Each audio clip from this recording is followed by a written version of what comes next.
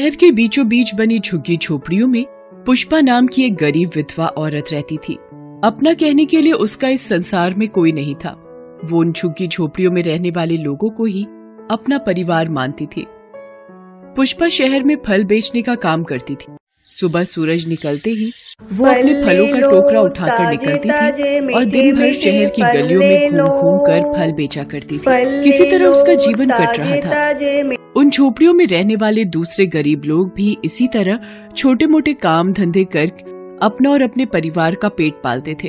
एक दिन जब पुष्पा फल बेचने के लिए अपने घर से निकली तो देखा कि बस्ती के काफी सारे लोग एक जगह इकट्ठा होकर कुछ बात कर रहे हैं। कौतूहलवश पुष्पा भी उनके पास गई और एक आदमी से पूछा, क्या बात है भैया, आप सब लोग बड़े परेशान नजर आ रहे हैं। क्या बताऊं बहन, म्युनिसिपैलिटी से नोटिस आई है। यहाँ की सारी जमीन बिल्डर खन्ना ने खरीद ली है। 10 दिन में सारी बस्ती को खाली करने को कहा गया है। न जाने अब हमारा और हमारे परिवार का क्या होगा। इतने सालों से हम लोग यहाँ रह रहे हैं, बिना हमसे पूछे म्युनिसिपैलिटी वाले ऐसी जमीन कैसे बेच सकते हैं? ये तो सरासर अन्याय है। हम गरीब लोग आखिर कर भी क्या सकते हैं बहन? क्यों नहीं कर सकते?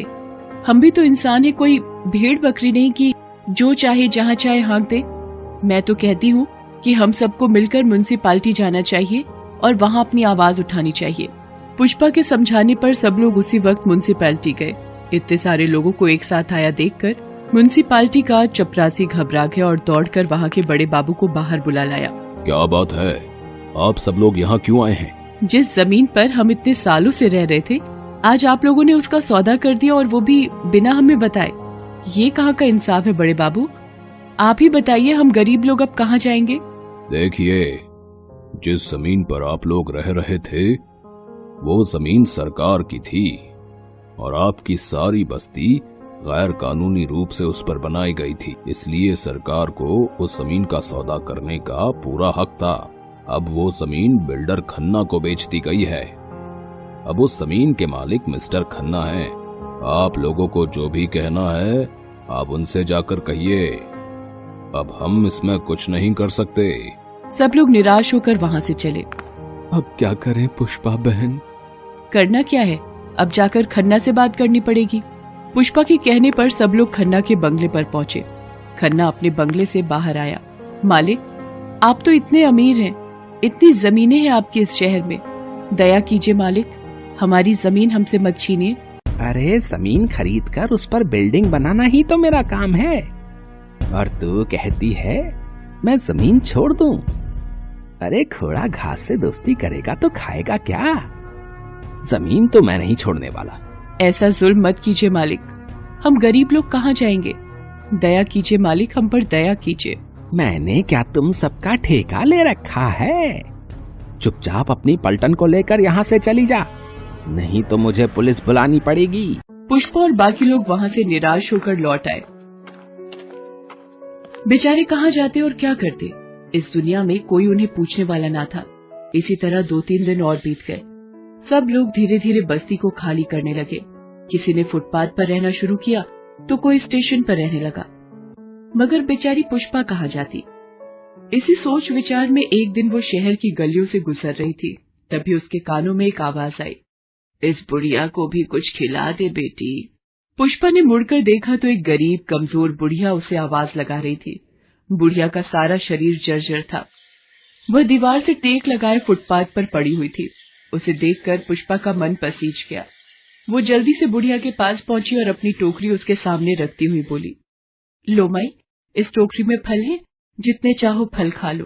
मगर बेटी मेरे पास पैसे नहीं है। पैसे कौन मांग रहा है माई, आपको जितने फल खाने हैं खा लो। ये कहकर पुष्पा ने फल निकाल कर बुढ़िया को दिए। बुढ़िया इतनी कमजोर थी कि उससे फलों के छिलके तक नहीं छीले जा रहे थे। तब पुष्पा ने अपने हाथों से बुढ़िया को खिलाया और फिर पास के नल से पानी लाकर उसे पिलाया। पेट में खाना जाते ही बुढ़िया के चेहरे पर थोड़ी रौनक आ गई। माई, तुम यहाँ अकेली कैसी पड़ी रहोगी? ऐसा करो, तुम मेरे साथ मेरे घर चलो। नहीं बेटी, मुझे तो यहीं पड़े रहने दे। मेरा घर तो ये सारा संसार है। तूने बिना किसी स्वार्थ के इस बुढ़िया की मदद की है, इसलिए ये बुढ़िया भी तुझे कुछ देना चाहती है। फिर बुढ़िया अपने थैले से पत्थर की एक छोटी सी मूर्ति निकालती है और पुष्पा को देते हुए कहती है, ये ले, माँ दुर्गा की मूर्ति है। कल से माता के नवरात्रे शुरू होने वाले हैं। इसे अपने घर में स्थापित करना और इसकी पूजा करना। तेरे सारे कष्ट माता दूर कर देंगी। पुष्पा वो मूर्ति लेकर अपने फलों की टोकरी में रख लेती है और फिर वहां से चल देती है। घर पहुंचकर सबसे पहले वो पूरे घर को साफ करती है और एक कोने में माता की मूर्ति को स्थापित करती है। माता को भोग लगाने के लिए फल तो उसके पास काफी थे, इसलिए अपने बचाए हुए कुछ पैसों और कुछ दूसरे लोगों से उधार मांगकर पूजा का दूसरा सामान जैसे चुनरी, धूप और दियों का इंतजाम कर लिया। अगले दिन सुबह उठकर पुष्पा ने स्नान किया और माँ की पूजा की। इसी तरह दिन बीतते रहे और अष्टमी का दिन भी आ गया।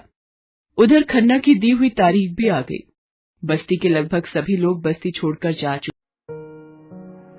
क्यों? मैंने बोला था ना कि बस्ती खाली कर देना। तू अभी तक गई नहीं। चल हट जा। आज तेरे घर से इस बस्ती को तोड़ने की शुरुआत होगी। इतने निर्दयी मत बनो खन्ना। आज अष्टमी है, मुझे बस 2-3 दिन की मोहलत और दे दो। नवरात्रि खत्म होते ही मैं ये झोपड़ी खाली कर दूंगी।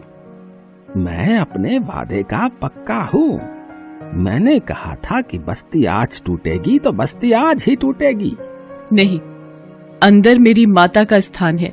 मेरी झोपड़ी मत तोड़ो, मुझे माँ की पूजा करनी है।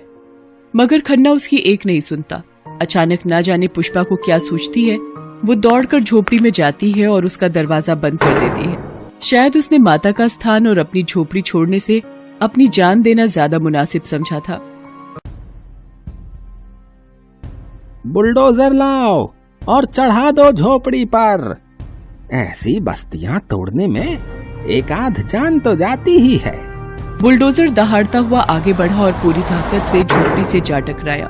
मगर ये क्या, इस टकराव से उस मामूली झोपड़ी को कोई नुकसान नहीं पहुंचा, बल्कि बुलडोजर का अगला हिस्सा ही टुकड़े टुकड़े होकर बिखर गया। ऐसा लग रहा था जैसे बुलडोजर झोपड़ी से नहीं किसी पहाड़ से टकराया हो। 2 बुलडोजर लाओ और दोनों तरफ से इस झोपड़ी पर वार करो। इस बार दोनों ओर से झोपड़ी पर वार हुआ, मगर इस बार भी वही हुआ। बुलडोजर फिर से टूट गए और झोपड़ी को कोई नुकसान नहीं हुआ। ये औरत जरूर ही कोई टायन है। जैसे ही ये अंदर गई है तभी से ये सब जादू शुरू हुआ है। मुझे अंदर जाकर देखना चाहिए। ये सोचकर खन्ना अंदर जाता है। अंदर देवी की मूर्ति के सामने पुष्पा आंखें मूंदे हाथ जोड़कर बैठी थी। उसके चेहरे पर एक अनोखा तेज था। फिर वो पुष्पा को मारने के लिए अपनी लात उठाता है। तभी देवी की मूर्ति से एक तेज रोशनी फूटती है और साक्षात माँ दुर्गा प्रचंड रूप में प्रकट होती है। किसकी हिम्मत है जो मेरी भक्त पुष्पा का बाल भी बांका कर सके? दुष्ट, तो तू है वो जो मेरी भक्त को कष्ट पहुंचाना चाहता है। नहीं माँ, नहीं, मुझे क्षमा कर दो माँ, मुझे क्षमा कर दो। मुझसे बहुत बड़ी भूल हो गई है माँ। तूने मेरी भक्त का इतना बड़ा अपमान किया है। दौलत के गुरूर में तू दूसरों को कीड़े मकोड़ों से ज्यादा कुछ नहीं समझता है। आज मैं तेरा सर्वनाश करूंगी। तभी पुष्पा माँ के पैरों में गिर जाती है और कहती है, नहीं माँ, इसे क्षमा कर दो। आप तो ममतामयी माँ हो। मेरी तरह ये भी आपका ही बालक है माँ। अपने बालक को इतनी कठोर सजा मत दो माँ। पुष्पा के इस तरह कहने पर माँ का क्रोध शांत हो जाता है और वो खन्ना को क्षमा करते हुए कहती है, दूसरों पर दया और ममता करना मेरी इस भक्त से सीख। तेरे हाथों अपमानित होने पर भी ये तेरे लिए मुझसे माफी मांग रही है। अपनी दौलत का इस्तेमाल सही कामों में कर, गरीबों की बद्दुआ लेने में नहीं। इसके बाद माँ दुर्गा पुष्पा को आशीर्वाद देती हैं और वहां से अंतर ध्यान हो जाती है। माँ के दर्शन से पुष्पा धन्य हो गई और खन्ना की बुद्धि भी शुद्ध हो गई। उसने न सिर्फ उस बस्ती को गरीबों के नाम कर दिया, बल्कि उनके लिए वहां पक्के घर भी बनवा दिए। पुष्पा वहां कई सालों तक रही। उसके गुजरने के बाद लोगों ने पुष्पा के घर की जमीन पर माँ दुर्गा का एक छोटा सा मंदिर बनवा दिया।